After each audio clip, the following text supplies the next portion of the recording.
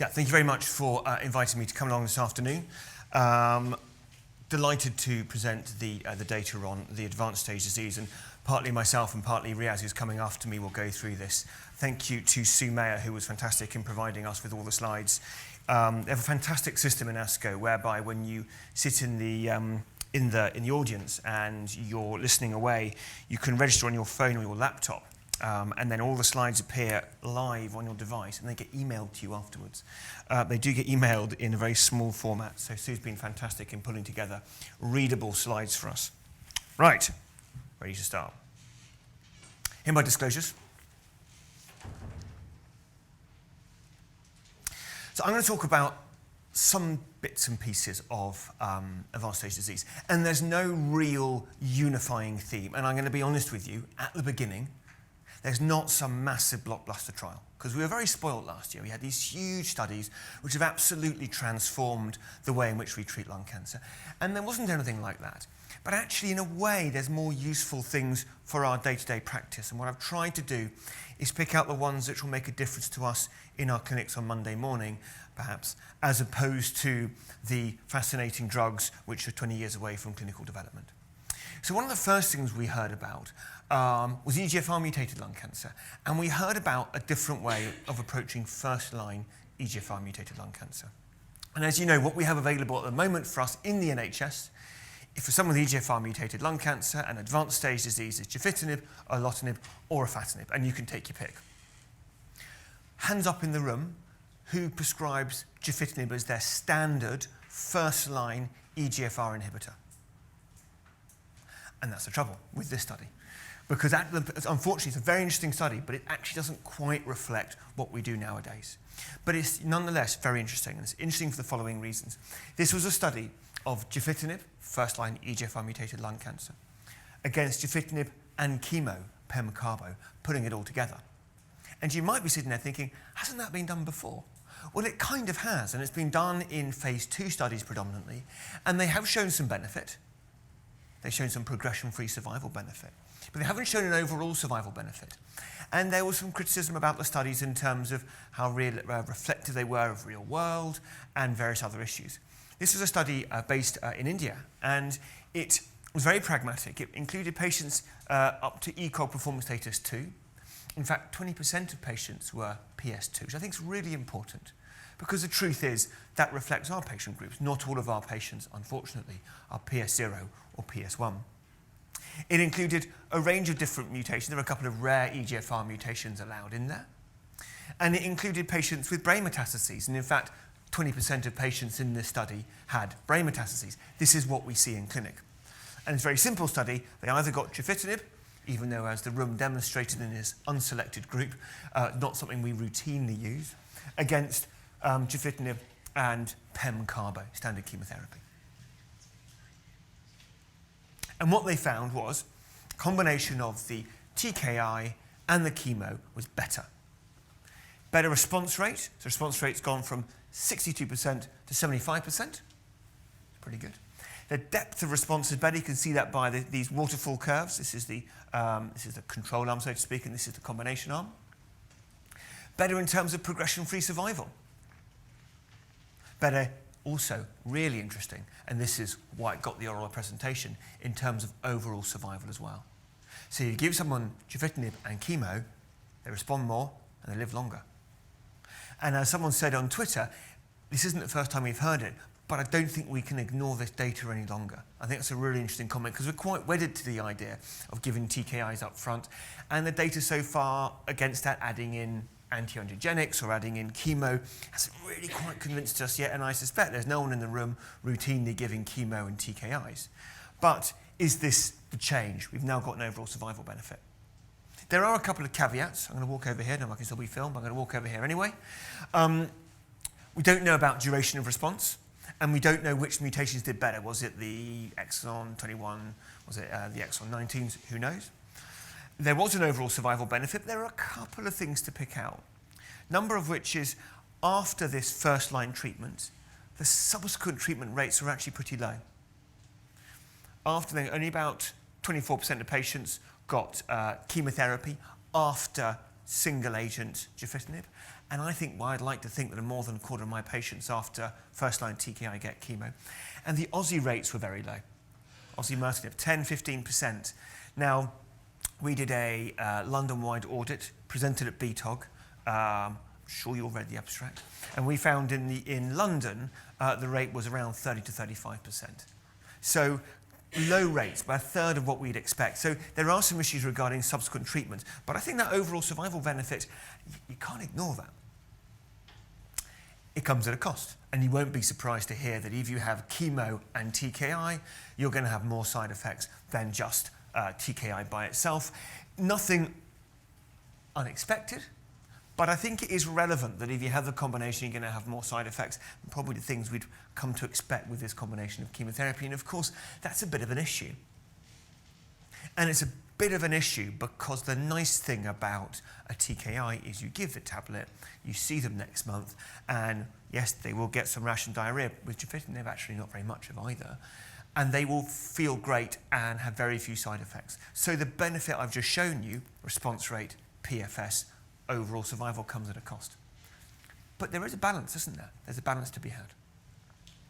So where does this leave us? Well, the conclusion they said was, we know, and I would agree with them, Gefitinib, Erlotinib, and Afatinib are basically the same drugs, sort of. They're a little bit more toxicity, a little bit more effective, I suspect, and a little bit less toxicity, a little bit less effective. There are ways of making it better. Osimertinib first line, we don't have access to that at the moment in the UK. Dacomitinib hasn't really caught on in the UK yet. Combining Erlotinib with Avastin, well, that's not funded in the UK, hasn't caught on hugely. And now we have the Gefitinib plus chemotherapy option. Maybe that's a bit more pragmatic. Maybe that is going to be more cost effective. So they point out the practicalities of their study, that they included the PS2 patients. So they say this is a new option in the treatment of first-line EGFR-mutated lung cancer. And I would agree with them, but I wonder how many people are going to go back from ASCO across the world and start giving this. And I think the catch is, because the way the study was designed many years ago, when these were the standard first-line treatments, it is slightly out of date. And I suspect in countries where first-line osimertinib is available, people will continue to use that because of the ease of it. But it does raise an interesting question that maybe actually what we should be doing is giving our patients, for example, Gefitinib and chemo, and using our osimertinib second line. Maybe keeping it for those patients who are T790M positive. Maybe that's going to be a better way of doing it. So that was interesting.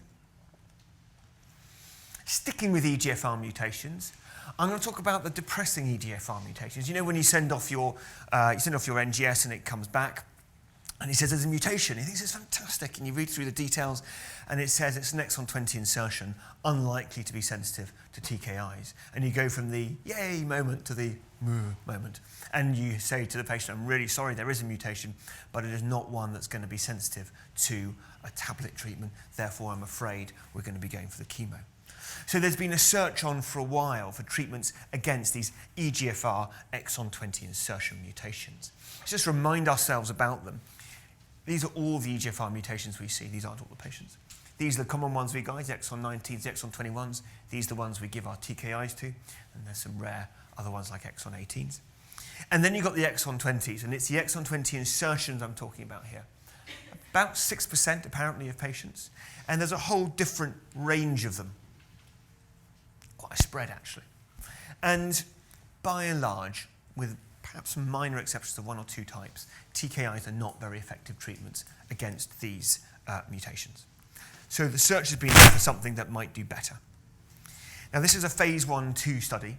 Bear with me, it's a terrifying looking slide, but it's all very good. Phase 1 study initially, dose escalations, how you begin these things, certain dose brackets, small numbers of patients, usually 3 in each cohort, increasing with dosage every 3 patients until you get to a maximum tolerated dose. And then you expand at the dose which is your recommended phase 2 dose. And they had a whole bunch of different cohorts, but the only cohort I'm going to talk about here is cohort 1.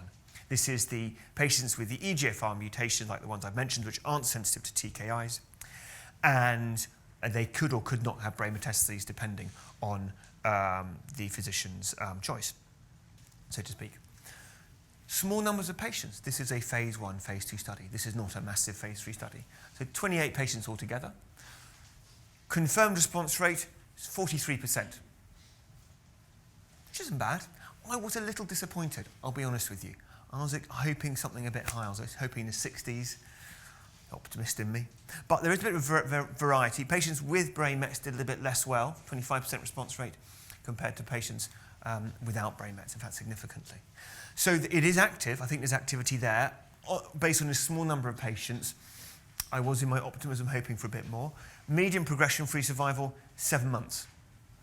Again, I think I was hoping a little bit more. I was hoping maybe 9, 12, a bit like the first line normal TKIs that we have, maybe a little bit more than that. So there's activity, but maybe a little bit less than I had hoped. That being said, we don't have any other agents for these patients, so it is still an active agent. It comes at a cost of toxicity, and we've seen this with another agent, a drug called Gefitinib, which is another exon 20 insertion targeting drug, which was presented at World Lung in the autumn. And that was also found to be quite toxic. And what you're tending to see is, unsurprisingly, cutaneous and particularly GI toxicities, kind of reminiscent of the Gefitinibs and the Dacomatinibs of the world. 40% grade 3 plus toxicity, which is predominantly GI and skin, and 14% treatment discontinuation rate. So not insignificant. I don't think these are going to be osimertinib-type drugs with low side effects and prolonged durations of activity. But we should be grateful for what we have, as my mother keeps telling me. So that study has now gone into I've got the name of the study actually. It's called the Exclaim, which is opening in London, I believe, Dr. Popper.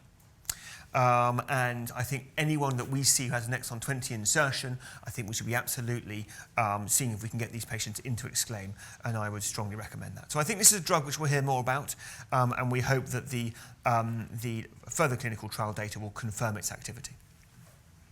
Now I'm going to go on to the rare mutations, RET, and we've heard a bit about RET over the past year, and RET is a rare fusion. It's seen in 2 cancers predominantly, thyroid cancer, which I shall not talk about because I know nothing about it, but also lung cancer. Small numbers. I've seen 2 patients so far in all my time. However, they're really important because it tends to be the non-smokers, tends to be the young patients, and they tend to do really badly on other treatments, I'm afraid. They tend to be chemo-resistant, they tend to be immunoresistant. So these guys are in desperate need of effective treatments. And there are 2 drugs available which have been trialled, one called Loxo and the other one called Blue 667. And this is the Blue 667. We've heard a bit about it before, and this was kind of an update on the data. First thing to say, it's really well tolerated. So these are they think the treatment-related side effects in this study of 120 patients. This was a single-arm study. These are all non-small cell lung cancers, none of them are thyroids. So well tolerated, low rates of grade 3 or more side effects. Doesn't mean they're none at all, but that's pretty well tolerated. About 7% of patients discontinued the drug because of treatment-related toxicity. That's quite low. So first of all, well tolerated. Second of all, really, really active. So this waterfall plot shows a couple of things. These is the depth of response here, and dark blue is patients who had prior platinum-based chemotherapy, and light blue is patients who are platinum naive, and you see responses in both, although response in platinum naive perhaps a tiny bit higher. You can see an overall response rate of around 60%, but actually a disease control rate of 96%. So again, comparatively small numbers, but that's a really active drug. And Loxo 292, similar, it's got a very active profile. So these are really active drugs, favourable side effect profiles. We don't see many of these patients. You've got to look for them. They're not going to be in standard molecular platforms. But my recommendation would be if you have a patient with an adenocarcinoma who's a non-smoker, the EGFR, ALK, and ROS1 wild type, you've got to be looking for these things. And you've got to be thinking, could they have something else? And RET should be absolutely one of them, because clearly these are highly active agents. Not only do they work in the body, they work in the brain as well, and they had some nice clinical cases. We love a clinical case where you have very clear evidence of CNS activity. So that's super. Blue 667, active drug, and we should be testing patients who we think might have this, recognizing that if you saw 1 patient a year, you'd be doing well. And now I'm going to talk about KRAS. KRAS is the other heart sync one, isn't it? You do your EGF, so you do your NGS, and it comes back saying KRAS mutation. You go, well, that's it then. They're not going to have anything else. And KRAS has been incredibly difficult to target. It's been tried for years and years and years, and we've tried different approaches, and it's very hard to do. But maybe a bit of progress has been made. And I'm grateful for Alistair Greystoke, my colleague from Newcastle, pointing out the study to me, because I wasn't actually in the session. But it's really interesting. It was in the phase 1 side drug development side of the meeting. So a bit of a scary slide, but don't panic. KRAS is there in about a quarter of our patients. About 25% of lung cancer, non-small cell lung cancer patients, have a KRAS mutation. It sits here, and it gets activated by a conversion of GDP to GTP. And then that causes proliferation and survival and differentiation. And what happens with a mutation is that it gets stuck in GTP phase. And the reason it gets stuck is it can't break down the GTP back to GDP, so it gets stuck on. And that's been incredibly hard to target. It hasn't been like EGFR, where you can stick a TKI in, which gets in the groove and stops ATP binding because it's not part of the pathway. But there is one particular type of KRAS mutation called a G12C, and it is this particular one. There's lots of different types. This particular one, although a comparatively common one we see, where this drug, AMG 510, blocks that. It blocks that cysteine residue. And this is a drug in early phase development. So it's not only tested in non-small cell lung cancer, but a variety of other cancers as well, including colorectal cancer as well. G12C, KRAS mutation, is about 13% of our patients. That's like EGFR mutations. It's like all our EGFR mutations together.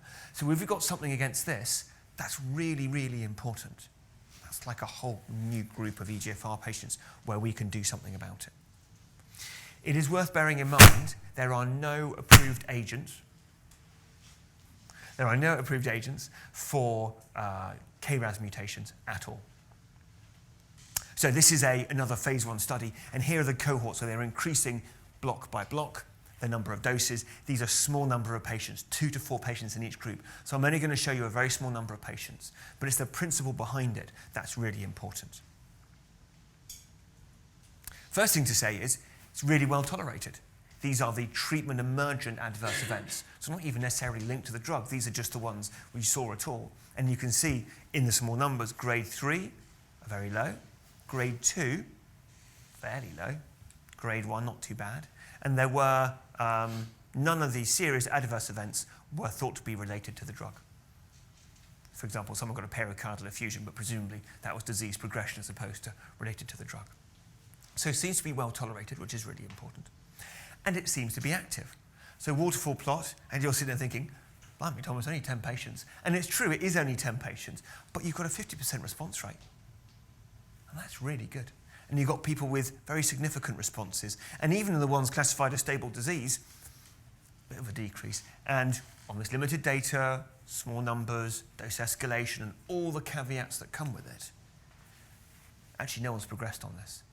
So if this is borne out in later studies, the phase 2, and bear in mind phase 3 and phase 3 data is always more disappointing than phase 1, maybe we've got something for this group of people. So this was written up on Twitter as the most important abstract of ASCO, I think by someone who researches KRAS, but still, it is really important. So remember this one, and like John says, maybe in 2020, 2021, 2022, we might hear more about this agent.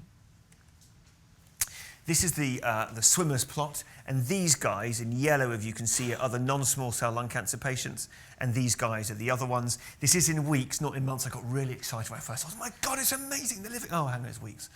But still, there are patients. This guy's partial response is going at 6 months. This person is also at 6 months. So there does appear to be activity of this agent. So there we go, KRAS, very exciting. And then a couple of updates on drugs we're already using. So I'm hoping that most of us are now familiar with the combination of pembrolizumab, pemetrexed, and carboplatin for our patients. And there was an update using PFS2, progression-free survival 2. And just to bear in mind, PFS is after we've given our pem-carbo, and then PFS2 is looking at the progression-free survival after their subsequent therapy. And I'll explain in a second why this was looked at. Perhaps the most useful thing for us is the updated overall survival, because this is the one we want to tell our patients about. And the median for patients with a PD-L1 over 50% still hasn't been reached. But for patients with a PD-L1 of up to 50% or negative, we can see what the medians are now. 21 months, almost 22 months, and 17 months respectively. And that's really helpful, I think. And I think one thing that is really helpful is this one at the end here. There's always been, when this data first came out, there was a bit of eyebrows raised about should we be using this combination in patients with PD-L1 negative. I would argue absolutely. So this is in your non-squamous PD-L1 negative patients. Yes, we should, because there's a very significant improvement in overall survival with a hazard ratio of 0.5, which we're almost blasé about now. Hazard ratio 0.5, it's fabulous. Interesting to see what the median comes out from here. So that was good to know. And then there was some data, updated progression data on PFS2 data, showing that, here we go, there were 15% of patients still on treatment when this data was analysed on the Pembro arm, but much smaller numbers on the placebo arm. These are the numbers alive, but actually requiring no treatment at the moment. And then we had some data on subsequent therapies as well. Why are we looking at PFS2? It's something often required by the EMA, so that's why the drug company's doing it. And the EMA do it because they want to work out the effectiveness of maintenance therapy. Well, that's not terribly relevant here, because actually both arms have maintenance therapy.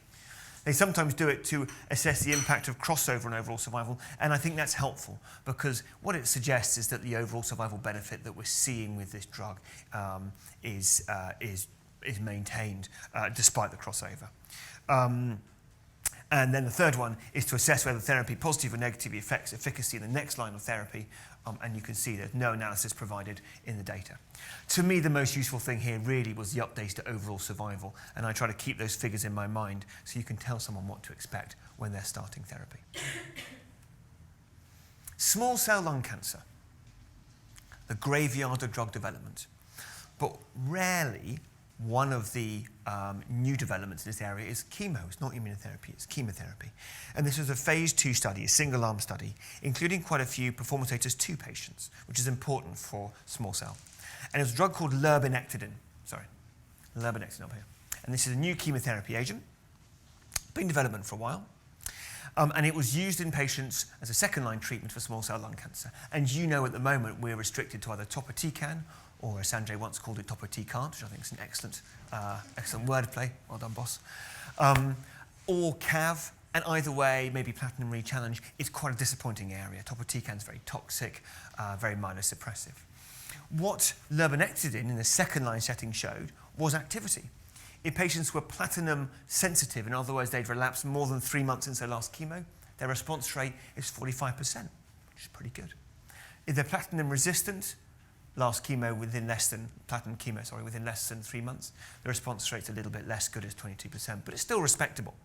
And your disease control rate is 80% and 50% respectively.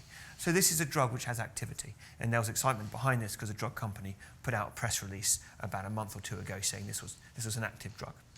So it causes responses. Does it, what about the progression-free survival? Well, whether you're platinum sensitive or platinum refractory, so sensitive refractory, there's a reasonable progression-free survival, and you can see the numbers here. There we go. So 4.5 months if you're platinum sensitive and 2.5 months if you're resistant. And they've also got some overall survival data as well. Platinum sensitive, about a year, platinum resistant, 5 months. How does that compare to topotecan? Well, it compares favourably. It's really hard to do a cross-trial comparison, and we should be careful. But this is clearly an active drug, and it has a role, I think, in the treatment of relapsed small cell lung cancer, not without its side effects, which in this class of drugs tends to be myelosuppressive, and you can see there's quite significant grade 3 side effects, around 30%, 35%. Quite a few dose reductions required, quite a bit of GCSF required as well. So not without its side effects, but I think this may be an additional armament in our relapsed small cell patients, which we desperately need. And that's it. So the reason that Dr. Connie Baird walked so far was actually he spent all his time on the lake. He wasn't anywhere near the conference centre, and these are the pictures of his tourism. Thank you very much.